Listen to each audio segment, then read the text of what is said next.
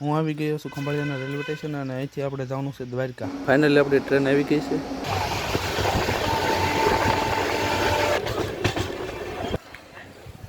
જય Dwarkadhish.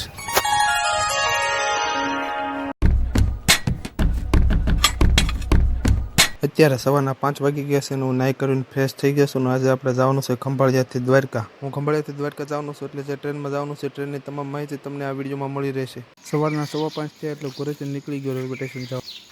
Railway station આવીને મેં દ્વારકા જવા માટેની ટિકિટ લઈ લીધી. જો મિત્રો આવું કંઈક છે ખંભાળિયાનું રેલવે સ્ટેશન અને આપણી ટ્રેન 1 નંબરના પ્લેટફોર્મ પર આવવાની. આપણે જે ટ્રેનમાં જવાનું છે ટ્રેનનું નામ છે સોમનાથ ઓખા એક્સપ્રેસ. આ ટ્રેન ખંભાળિયા 5:46 આવે છે એટલે હવે પરફેક્ટ ટાઈમ થઈ ગયો છે ટ્રેનના આવવાનો. ફાઇનલી આપણી ઓખા એક્સપ્રેસ આવી રહી છે. આ ટ્રેન ખંભાળિયા કુલ 15 મિનિટ લેટ આવી છે.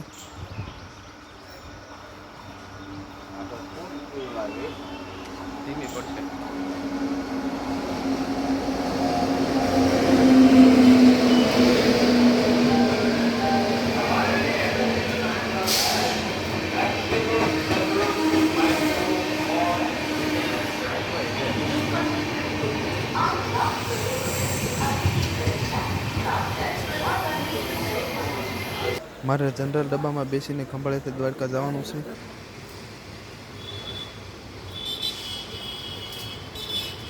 છ વાગ્યા એટલે ખંભાળિયાથી આપણી ટ્રેન ઉપડી ગઈ છે. ખંભાળિયાથી દ્વારકાનું કુલ અંતર 85 કિલોમીટર છે અને એક જણાનું ભાડું 45 રૂપિયા થાય છે.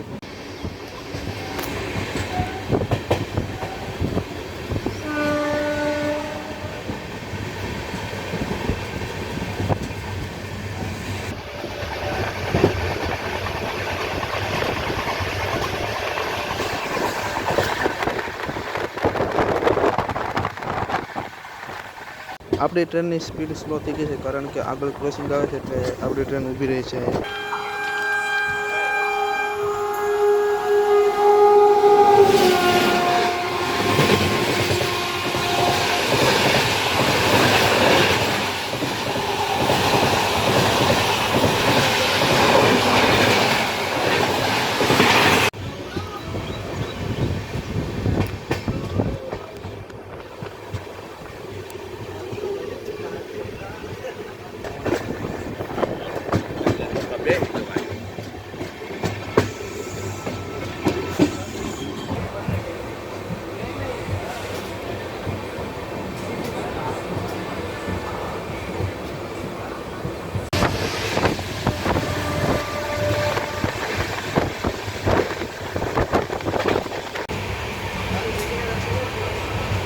ખંભાળિયાથી દ્વારકા જવી એટલે વચ્ચે એક જ સ્ટેશન મેન આવે છે જે છે પાટિયા. પાટિયા સ્ટેશને અમારી ટ્રેન 1 મિનિટ ઊભી રહી અને ત્યારબાદ નીકળી ગઈ દ્વારકા જવા માટે.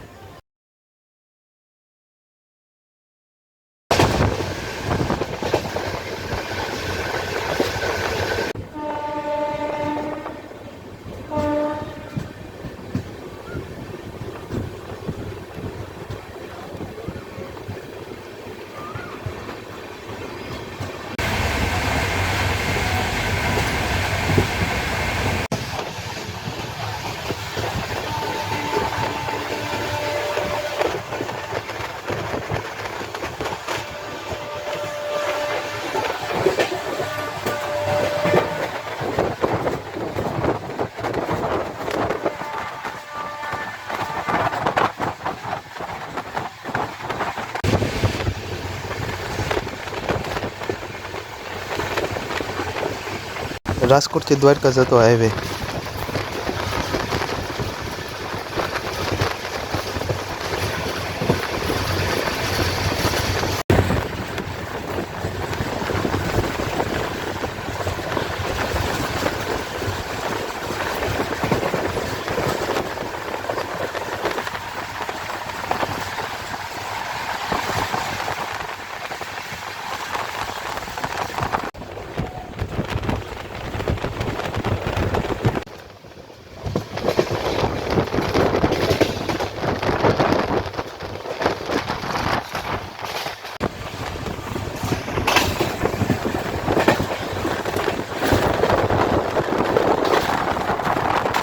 મિત્રો ફાઇનલી મને દ્વારકાધીશનું મંદિર દેખાઈ ગયું છે. તમે પણ જોઈ શકો છો અહીંથી.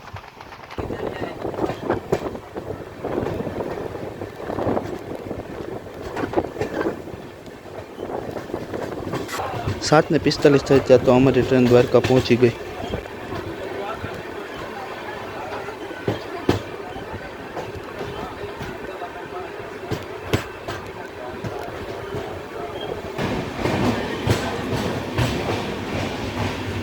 દ્વારકા સ્ટેશન એવું એટલે મારા અંદાજ પ્રમાણે બધા પેસેન્જર અહીં ઉતરી ગયા. સ્ટેશનની તમે બહાર નીકળશો એટલે દ્વારકા મંદિરે અથવા કોઈ પણ હોટલે જવા માટે તમને રિક્ષા અહીંથી મળી રહેશે. પછી સ્ટેશનેથી રિક્ષામાં બેન અમે નીકળી ગયા દ્વારકા મંદિરે જવા માટે. દ્વારકા મંદિરે જવા માટેનું કુલ ભાડું 20 રૂપિયા છે.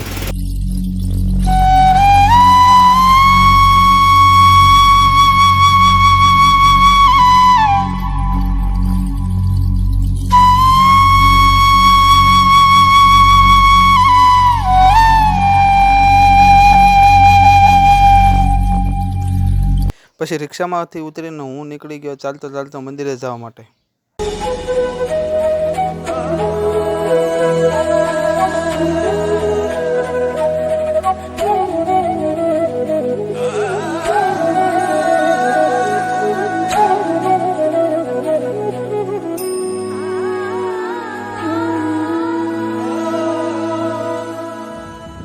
મિત્રો અમે મંદિરે તો પહોંચી ગયા પણ મંદિરે ખુલવાનો ટાઈમ 9 વાગ્યાનો હતો એટલે અમે નાસ્તો કરવા માટે નીકળી ગયા.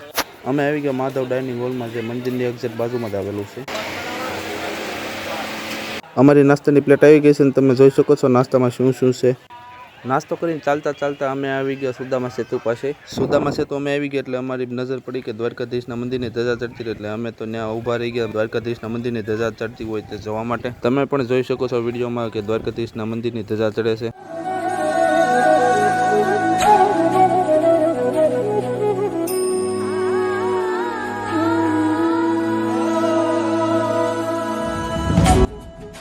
મિત્રો જે અહીંના ગુગળી બ્રાહ્મણો છે તે મંદિરની પૂજા કરાવે છે. ત્યારબાદ જે મંદિરની ધજા છે તે અબોટી બ્રાહ્મણો ચડાવે છે. મિત્રો આ ગોમતી નદી પર આવેલો સુદામા સેતુ બ્રિજ છે. આ સુદામા સેતુ બ્રિજ પર આપણે જઈ શકશું નહીં કારણ કે આ બ્રિજ બંધ છે. એટલે મિત્રો ત્યાં તો મંદિર ખુલી ગયું એટલે અમે દ્વારકાધીશ મંદિરના દર્શન કરી લીધા. અંદર તો મોબાઈલ લઈ જવાની મનાઈ છે એટલે આપણે બહારથી વિડીયો ઉતારી લીધો. મિત્રો જો તમને આ વિડીયો પસંદ આવ્યો તો આ વિડીયોને લાઇક શેર અને સબસ્ક્રાઈબ કરી દેજો અને કમેન્ટમાં જય દ્વારકાધીશ લખી દેજો.